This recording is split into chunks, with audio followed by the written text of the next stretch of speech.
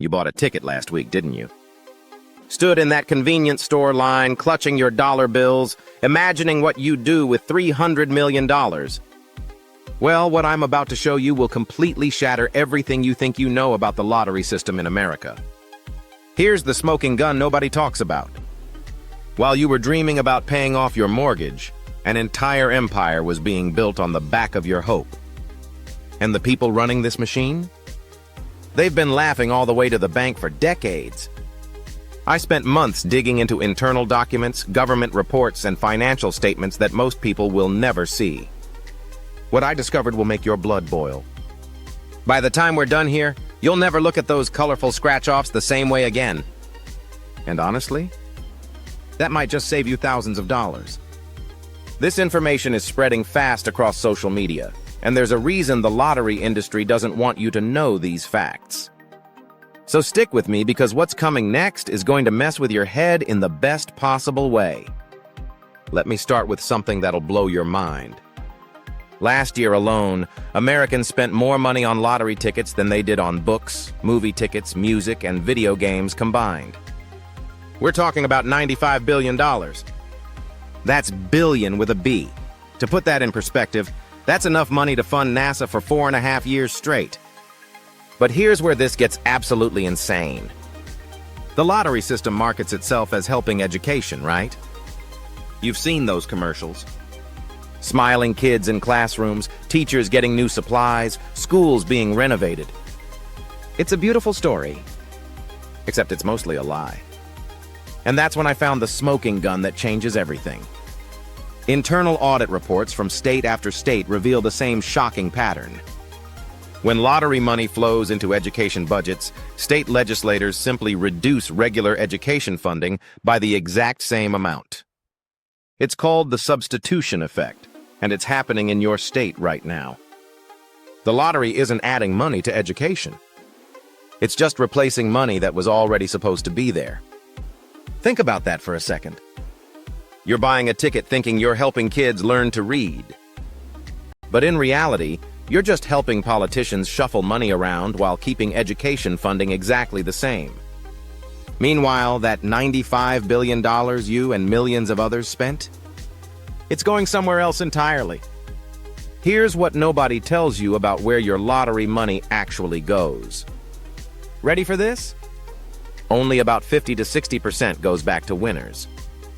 The rest disappears into what the industry calls operational costs and administrative fees. But when you dig deeper into those financial reports, you discover something that'll make you furious. State lottery directors are pulling in salaries between $300,000 and $600,000 per year. Marketing budgets run into the hundreds of millions. Advertising agencies get massive contracts to create those emotional commercials that tug at your heartstrings. And here's the kicker. Private companies that run lottery systems in many states are generating profits in the billions. Wait until you see what I discovered next about who's really buying these tickets. The data shows something absolutely heartbreaking. The poorest neighborhoods in America buy lottery tickets at rates 5 times higher than wealthy areas. People earning less than $25,000 a year spend an average of $645 annually on lottery tickets. That's nearly 3% of their entire income. But in neighborhoods where the median income is over $75,000, they spend less than $100 per year on average. The wealthy aren't playing this game. They know something you don't. And here's the part that's going to mess with your head. The lottery industry has teams of behavioral psychologists designing everything about your lottery experience. The colors on the tickets, the sounds the machines make, the placement of lottery displays in stores, even the timing of when new games are released. They've studied your brain patterns, your emotional triggers, your spending habits. They know exactly how to keep you coming back, week after week, month after month. It's not gambling to them. It's a precisely engineered system designed to extract maximum revenue from people who can least afford to lose it. But here's where this story gets even crazier. I got my hands on marketing documents that show how lottery companies specifically target low-income communities with their advertising. They place more lottery retailers in poor neighborhoods. They run different commercials during daytime TV when unemployed people are more likely to be watching. They even adjust their messaging based on economic stress indicators in different zip codes. This isn't accidental. This is intentional exploitation of hope and desperation. Now listen to this. The odds of winning the Powerball jackpot are 1 in 292 million. To understand how impossible that is, imagine filling an Olympic-sized swimming pool with golf balls, then painting one golf ball red. Your chances of randomly picking that red golf ball while blindfolded are actually better than winning the lottery. But here's what they don't want you to know about those odds. Lottery commissions hire marketing firms to make those impossible odds seem achievable. They show you the winner stories. They parade lucky people in front of cameras. They create the illusion that regular folks win all the time. Meanwhile, the mathematical reality is devastating. You have a better chance of being struck by lightning, attacked by a shark, and becoming a movie star all in the same year than you do of winning a major lottery jackpot. And get this. Even if you do win, the system is designed to take back as much as possible. State and federal taxes immediately claim 37 to 50% of your winnings. If you take the lump sum instead of annual payments, that's another 25 to 30% reduction right off the top. That $300 million jackpot you dreamed about? After taxes and fees, you're looking at maybe 90 to 120 million. Still life-changing money, sure. But nowhere near what they advertised on that billboard that got you to buy the ticket in the first place. Here's where the story gets absolutely insane, and this is the part that's going to make you furious. While lottery players are losing billions of dollars every year, the companies running these systems are generating massive profits that flow to connected insiders. Private lottery management companies like Scientific Games and IGT have contracts worth billions with state governments. These companies don't just print tickets and run drawings. They control every aspect of the lottery system. Marketing, technology, retailer networks, prize fulfillment. Everything. And here's the smoking gun. Many of the executives at these companies used to work for state lottery commissions. And many current state lottery officials used to work for these private companies. It's a revolving door that ensures the system keeps generating maximum profits for insiders, while regular players keep losing. But wait, it gets worse. These same companies lobby state governments to keep lottery systems exactly as they are. They donate to political campaigns. They hire former politicians as consultants. They make sure that any attempts to reform the lottery system or improve odds for players get killed in committee. Trust me, what's coming next will shock you even more. I discovered that several states have considered switching to lottery systems with better odds and more frequent smaller prizes. Studies showed these systems would generate the same revenue while giving players a much better experience.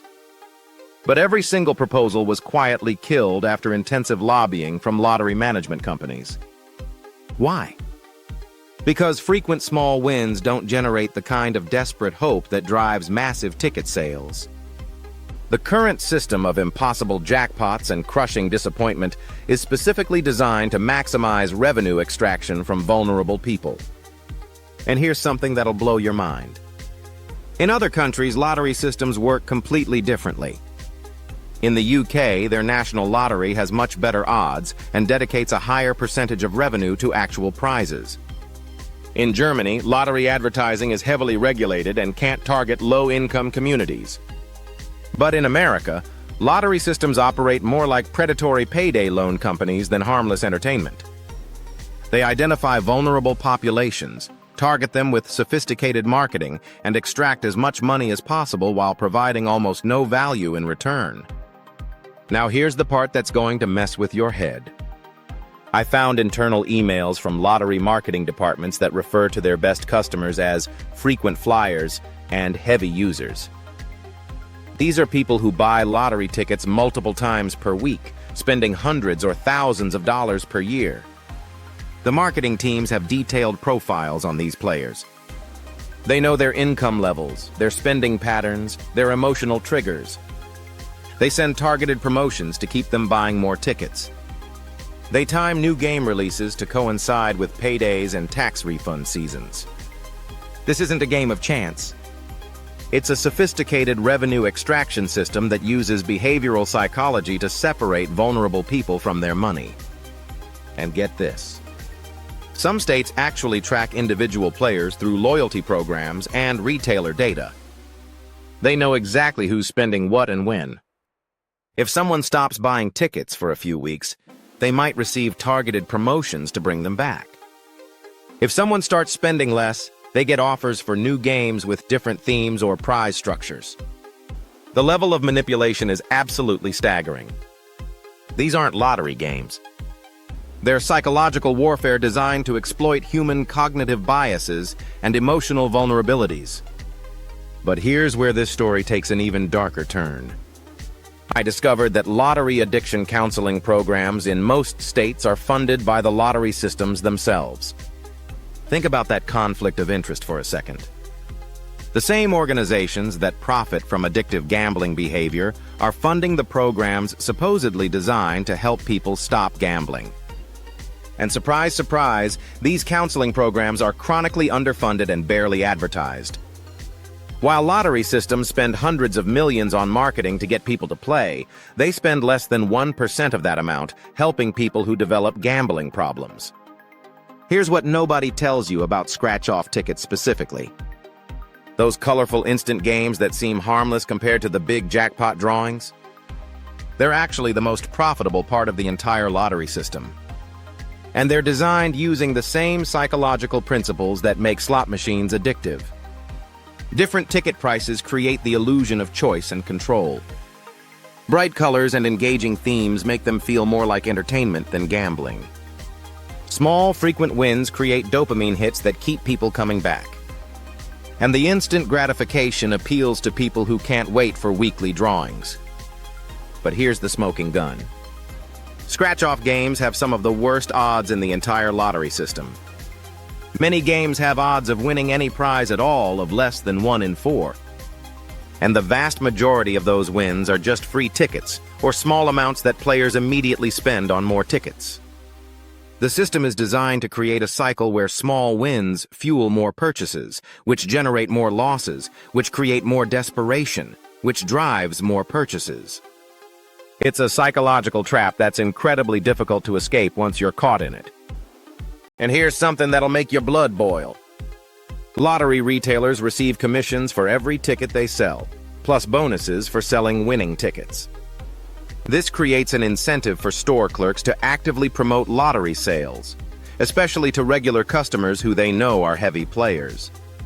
I've witnessed store employees suggesting specific games to customers, mentioning that certain scratch-offs haven't had big winners lately, or encouraging people to buy multiple tickets to increase their chances. These clerks aren't trained counselors. They're incentivized salespeople pushing a product that can destroy lives. But wait, it gets even worse. Some retailers specifically target customers they know are struggling financially. They'll mention lottery games to people buying groceries with food stamps, or suggest that someone who's clearly short on cash for basic necessities should try their luck with a quick pick. This predatory behavior is happening in convenience stores and gas stations across America every single day. And it's all perfectly legal because lottery systems are government-sanctioned gambling operations. Now here's the part that's going to shock you most of all. I obtained budget documents from multiple state lottery commissions, and the numbers will make you sick. These organizations spend more money on marketing and administrative costs than they contribute to education in most years. In some states, less than 25 cents of every lottery dollar actually makes it to education funding.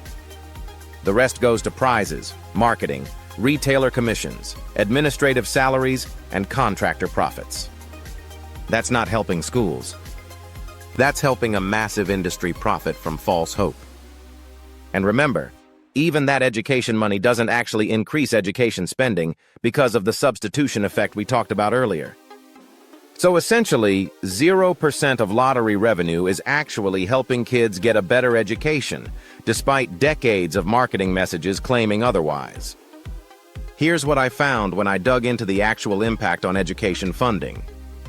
States with the longest-running lottery programs don't have better-funded schools than states without lotteries.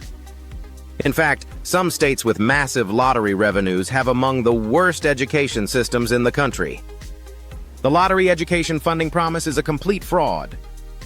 It's a marketing message designed to make middle-class people feel good about buying tickets, while the real money flows to corporate contractors and administrative bureaucracies.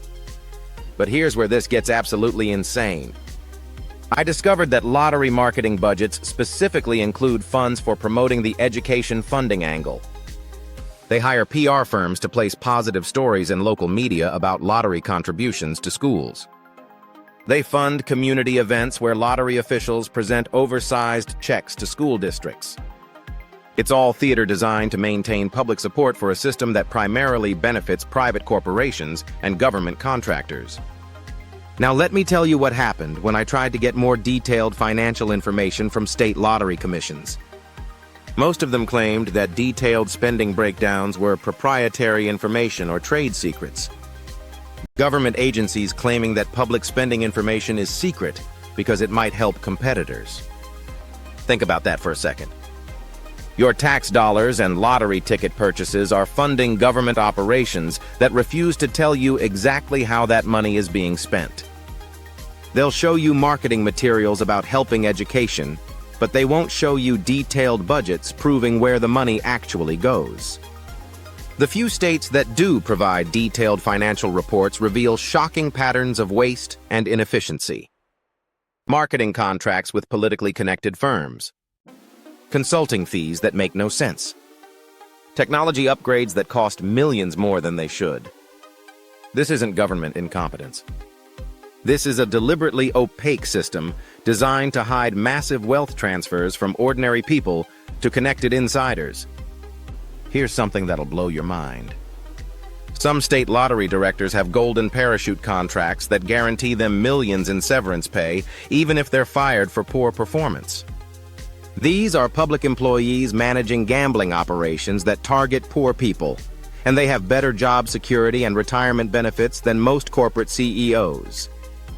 And when lottery revenues decline, do these administrators take pay cuts or reduce their budgets? Of course not. They hire more expensive marketing firms to target vulnerable populations more aggressively. They introduce new game formats designed to be more addictive. They expand into online gambling and mobile apps. The solution to declining lottery revenues is always more aggressive extraction from the same vulnerable populations. But here's where this story takes a turn that might actually give you hope.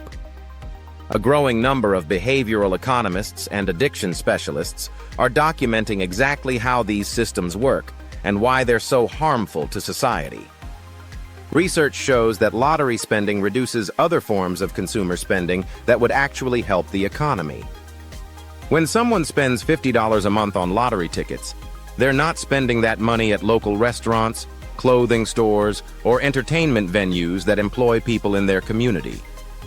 Lottery systems don't create wealth. They redistribute wealth from people who can least afford to lose it to corporations and government contractors who are already wealthy. And here's something amazing. Several states have experimented with prize-linked savings accounts that offer the excitement of lottery-style gambling while actually helping people build wealth. Instead of buying lottery tickets, people make deposits into special savings accounts. Each deposit gives them chances to win prizes, but even if they don't win, they keep their money and earn interest. These programs have been incredibly successful at helping low-income people build emergency funds and develop better financial habits. But guess who lobbies against expanding these programs? The same lottery industry that claims to help people improve their lives. Now here's what you can do with this information, and this is the part where you take back control of your financial future. First, calculate exactly how much you've spent on lottery tickets in the past year. Be honest about it. Include scratch-offs, daily numbers, Powerball, everything. Now imagine if you had put that same amount of money into a high-yield savings account or index fund. Even with modest returns, you'd have more money today than you've ever won from lottery tickets. And you'd still have the principal amount instead of having lost it all to a rigged system. But here's the more important step. Start thinking about why you buy lottery tickets in the first place. Is it really about the money? Or is it about hope? The feeling that your life could suddenly change for the better? Those are valid emotional needs. But the lottery system exploits those needs while providing almost no real chance of fulfilling them. There are better ways to create positive change in your life that don't involve throwing money away to corporate profiteers. If you want the excitement of potentially winning something, put that lottery money into a high-risk, high-reward investment account. The odds of significant returns are actually much better than lottery odds, and even if your investments lose value, you're not feeding a system designed to exploit vulnerable people. If you want to support education, donate directly to schools in your community or contribute to education-focused nonprofits. Your money will have a real impact instead of disappearing into administrative bureaucracies and corporate profits. And here's the most important thing you can do. Share this information with people you care about. The lottery industry depends on keeping people ignorant about how these systems actually work. Knowledge is the only real defense against predatory gambling operations. Every person who stops feeding money into lottery systems is a victory against a corrupt industry that profits from desperation and false hope. Every conversation you have about these facts helps protect someone else from financial exploitation. The lottery system isn't going to change on its own. The profits are too high and the political connections are too strong. But individual people can protect themselves and their families by understanding exactly what they're really paying for when they buy those tickets. You have the power to stop funding this empire built on broken dreams. You can redirect that money toward investments and opportunities that actually improve your life instead of making wealthy corporations even wealthier. The choice is yours. But now you know the truth about where your money really goes when you play the lottery. And knowledge like that changes everything. What are you going to do differently starting this week? Let me know in the comments below. And if this information opened your eyes like it did mine, share this video with someone who needs to see it. The lottery industry is counting on people staying ignorant about these facts. Don't let them win. Remember, every dollar you don't spend on lottery tickets is a dollar you keep for your real dreams and goals. And those dreams? They have infinitely better odds of coming true when you invest in yourself, instead of feeding a system designed to keep you hoping instead of achieving. The empire built on your dreams ends the moment you decide to stop funding it. Make that decision today.